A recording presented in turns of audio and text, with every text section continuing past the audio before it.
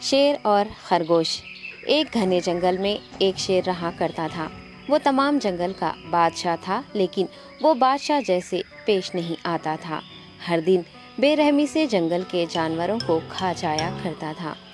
شیر کے خوف سے جنگل کے جانور چھپ جایا کرتے تھے اور خود اپنی بھوک و پیاس کو مار کر سخت مشکلات سے دوچار ہونے لگے تھے۔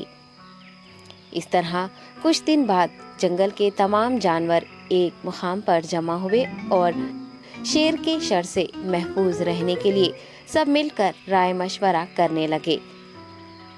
سب نے اپنی اپنی بات رکھی اور آخر میں ایک گیدڑ نے کہا، میرا خیال ہے کہ ہم روز شیر کے ہاتھوں مرنے کے بجائے ہم خود ایک بار شیر کے پاس چلے جائیں۔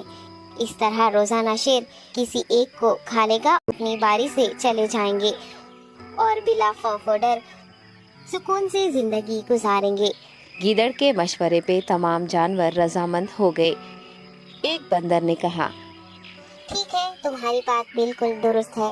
موت کا خوف کرنے کے بجائے اپنی باری آنے تک ہم اطمینان و سکون کی زندگی گزار سکیں گے۔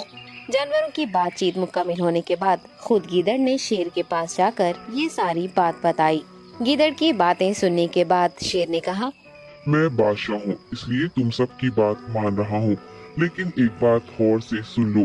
اگر کسی دن مجھے جانور ملنے میں تاخیر ہو جائے تو میں خاموش نہیں بیٹھوں گا اور دوبارہ تم سب پر حملہ کرنا شروع کروں گا۔ شیر نے بڑے غصے سے یہ سب کہا۔ شیر کی باتیں سن کر گیدڑ نے سر ہلاتے ہوئے حامی بھر دی اور وہاں سے چلا گیا۔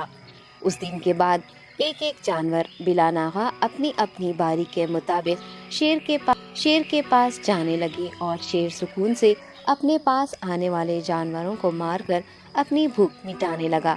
یہ معاملہ ایسے ہی چل رہا تھا اور ایک دن شیر کے پاس جانے کی باری ایک خرگوش کی آئی۔ وہ خرگوش بہت ہی ہوشیار تھا۔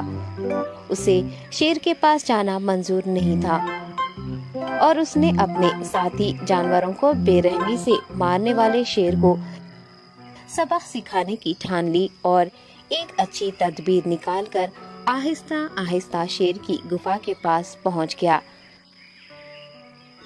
تاخیر ہو جانے سے شیر کافی غصے میں تھا اور خرگوش کو دیکھ کر غصے سے کہنے لگا، میں نے تم سب کو پہلے ہی کہہ دیا تھا، دیر ہو جائے تو میں خاموش نہیں بیٹھوں گا۔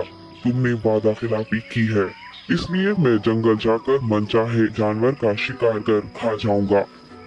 تب خرگوش نے شیر سے کہا، بادشاہ سلامت، غلطی ہو گئی اور اس کا ایک واجب سبب ہے، اطمینان رکھیے، میں بیان کرتا ہوں، آپ سنیے اور اس کے بعد آپ آرام سے مجھے مار کر کھا لیں۔ شیر نے پھر غصے سے کہا، وہ کیا بات ہے، جلدی بتاؤ۔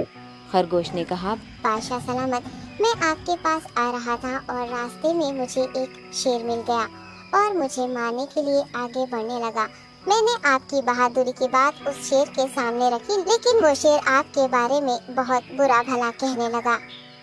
یہ سن کر میں نے غصے سے کہا، تم ہمارے جنگل کے نہیں ہو، ہمارے بادشاہ کے بارے میں ایسی باتیں مت کہو۔ یہ سن کر وہ شیر مجھ پر حملہ کرنے کے لیے تیار ہو گیا۔ یہ دیکھ کر میں نے کہا، تم مجھے مارو گے تو ہمارے بادشاہ تمہیں ہرگز نہیں بخشیں گے۔